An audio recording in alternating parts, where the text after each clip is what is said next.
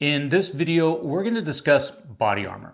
Now, there are quite a lot of options to choose from, and after having collected various body armor over the years, there's a lot of things I'd wish I'd known before I started down the path of purchasing armor. So what I'll do in this video is go through the 10 main considerations you should factor in when determining which setup is the right one for you.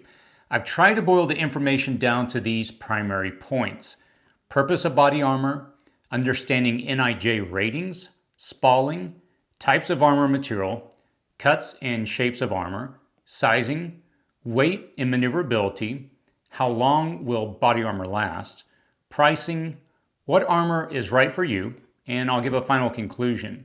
Now, after having gone through all of these items, you should have a strong enough understanding of the core basics of body armor to help you decide what option is the right one for you.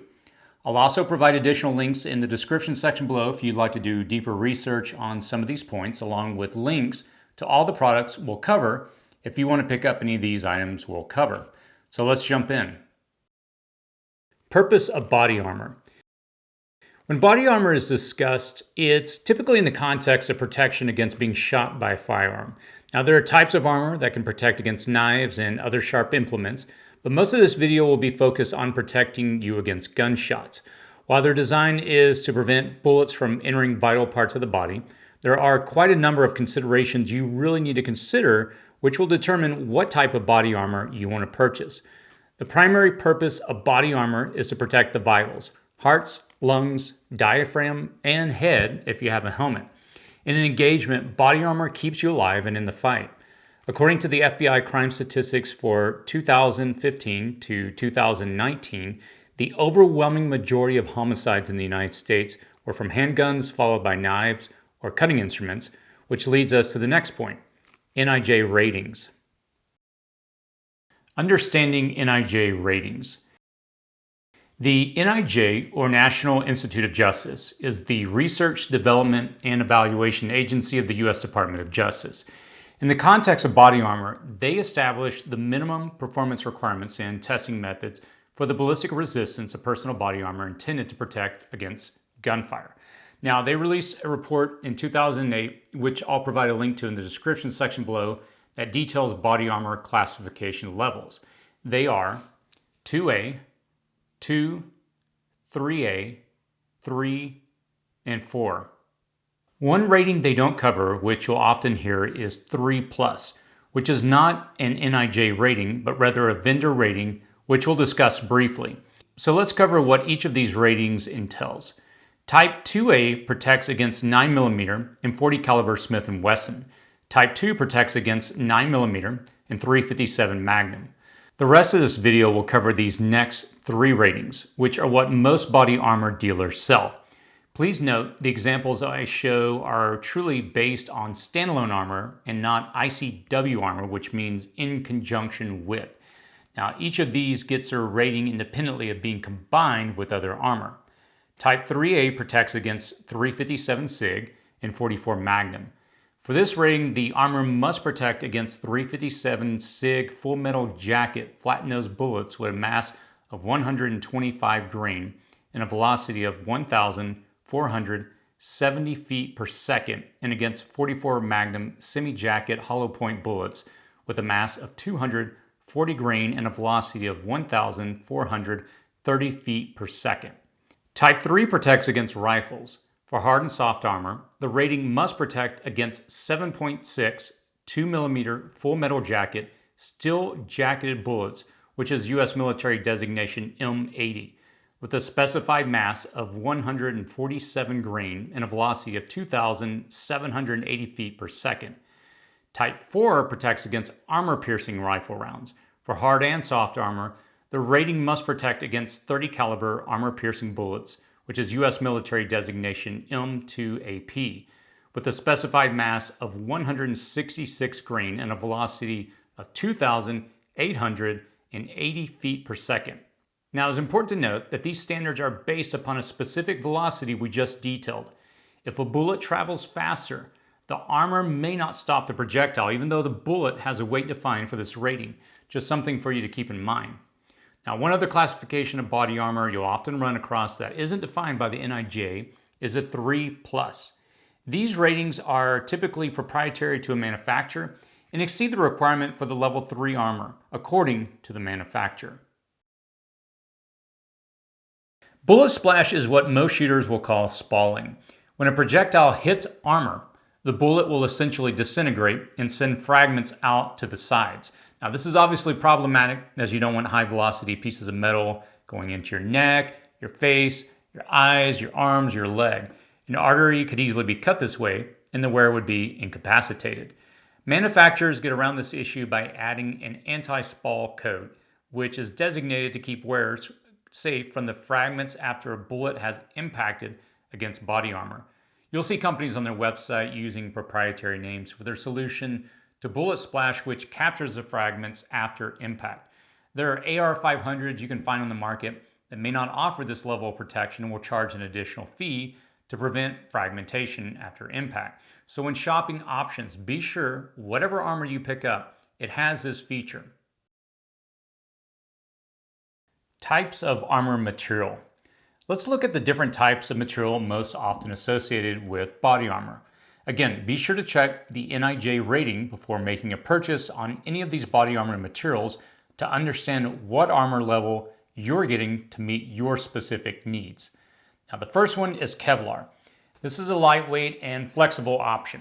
If you're going to need something you can wear all day with minimum fatigue, wear under a shirt or jacket, and concealability is important, this may be the best solution. For these reasons, this option is very popular with law enforcement.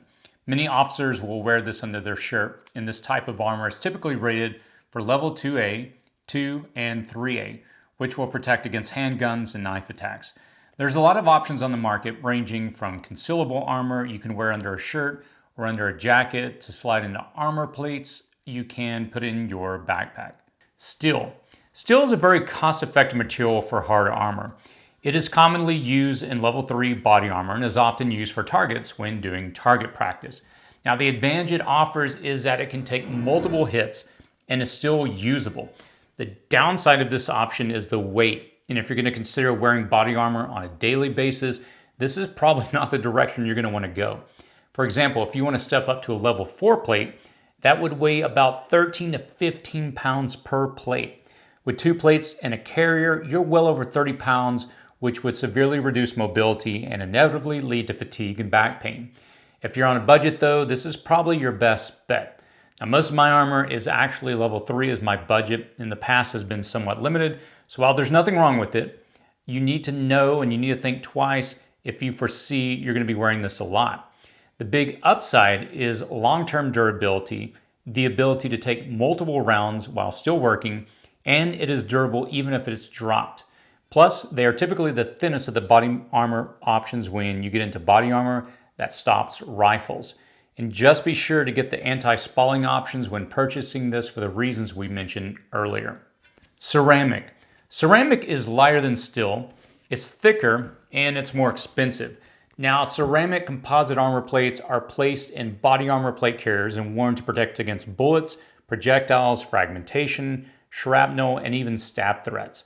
The U.S. military issues ceramic plates to the infantry in conjunction with Kevlar. Now, the downside is that most ceramic composite body armor plates cannot withstand multiple hits to the same area. Composite ceramic armor has a shorter shelf life and is less durable than traditional steel plates. Fortunately, the price of these plates has dropped over the years, and if I were to step up from steel, this would be my next option I would seriously consider. Ultra high molecular weight polyethylene. This is a newer technology for body armor. It's more expensive than ceramic, but it's slightly lighter and less thick. You can actually float this in water. These, like ceramic, can take multiple shots, but unlike steel, once they've been shot, and like ceramic, they're compromised and no longer usable. Now, out of all the options, this is your lightest and thinnest option, but the most expensive. If I anticipated I was going to need to wear body armor for any lengthy amount of time, I would give this armor type serious consideration. These particular plates, the Gladiator Solutions Level 3 and Level 4 plates, have round dispersion technology, which is a proprietary approach that evenly disperses kinetic energy from a round's impact to reduce compromise and trauma. Cuts and shape of armor. You've got three main styles for cuts. The first one is a sappy style cut, and this one is a bit more rectangular with corners cut at the top to give you mobility. Out of most of the armor I personally have, this is the most common cut, and it gives the wearer mobility and movement. The next one is swimmer or advanced shooter's cut. With this cut, you get a lot more range of motion at the top of the armor, but less coverage. The next one is a square cut, which I would not recommend. I don't have any armor I would carry in a plate carrier with this shape. That is not commonly recommended as it limits your range of motion.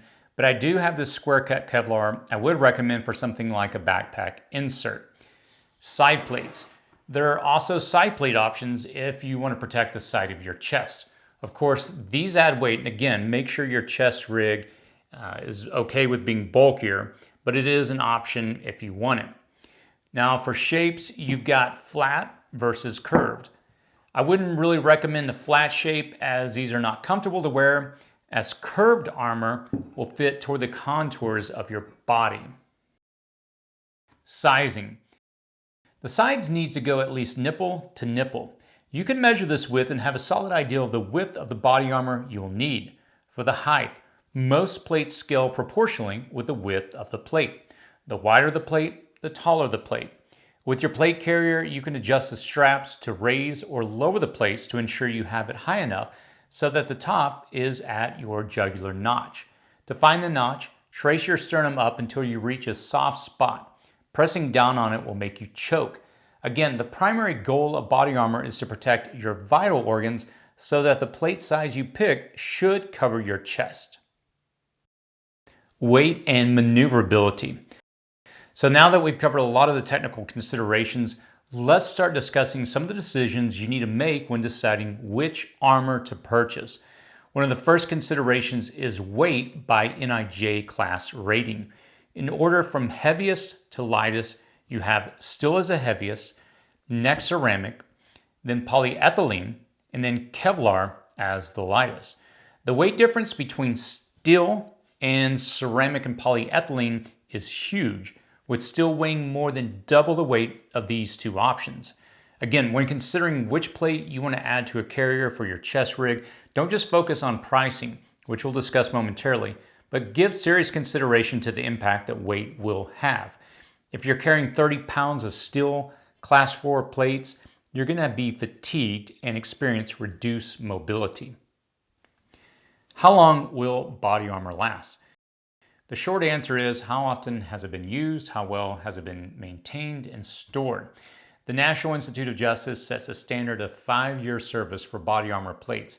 Because ballistic materials degrade over time, soft body armor should always be replaced after 5 years, and steel plates can last well over 20 years. And again, based on how they're used and how they're stored. Both steel and ceramic plates normally come with 5-year warranties, although tests indicate steel plates can often be used longer than ceramic composites, which might shatter if dropped or can be damaged by extreme changes in temperature. Pricing. I purposely brought the discussion of pricing up toward the end of the discussion, as many people rush to this part first without considering all the other elements we've discussed in this video, namely weight and NIJ rating.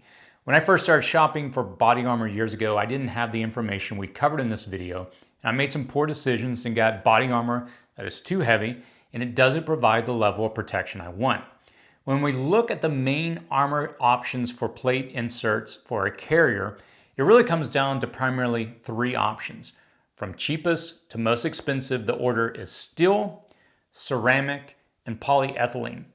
In light of all the elements we've covered in this video, don't let your decision come down to just cost as I did when I first started buying body armor. Having too much weight with not enough protection will result in you probably having to rebuy body armor in the future. It's best to go with the right option for you based on your expected needs before you buy it. What armor is right for you? Based on what we've discussed, what is the right body armor setup for you? It comes down to several factors in how you anticipate using the armor. Do you want your armor to be concealed and not stand out? Then Kevlar might be the right approach. Do you want something that is durable? Steel may be the direction you want to go. Do you want maneuverability and speed in a situation where a rifle may be involved? Ceramic or polyethylene will be better than steel. Do you expect you'll face armor-piercing rounds? Then you'll want to step up to level 4 plates. Now remember, the higher the level of protection you have, typically the heavier and bulkier the plates get. There are always trade-offs. Hopefully this video gives you enough information to help you determine which setup is the right approach for you. I'll post a link to all the items we've discussed in the description section below. If you have any thoughts or feedback, please feel free to post them in the comments section below. As always, stay safe out there.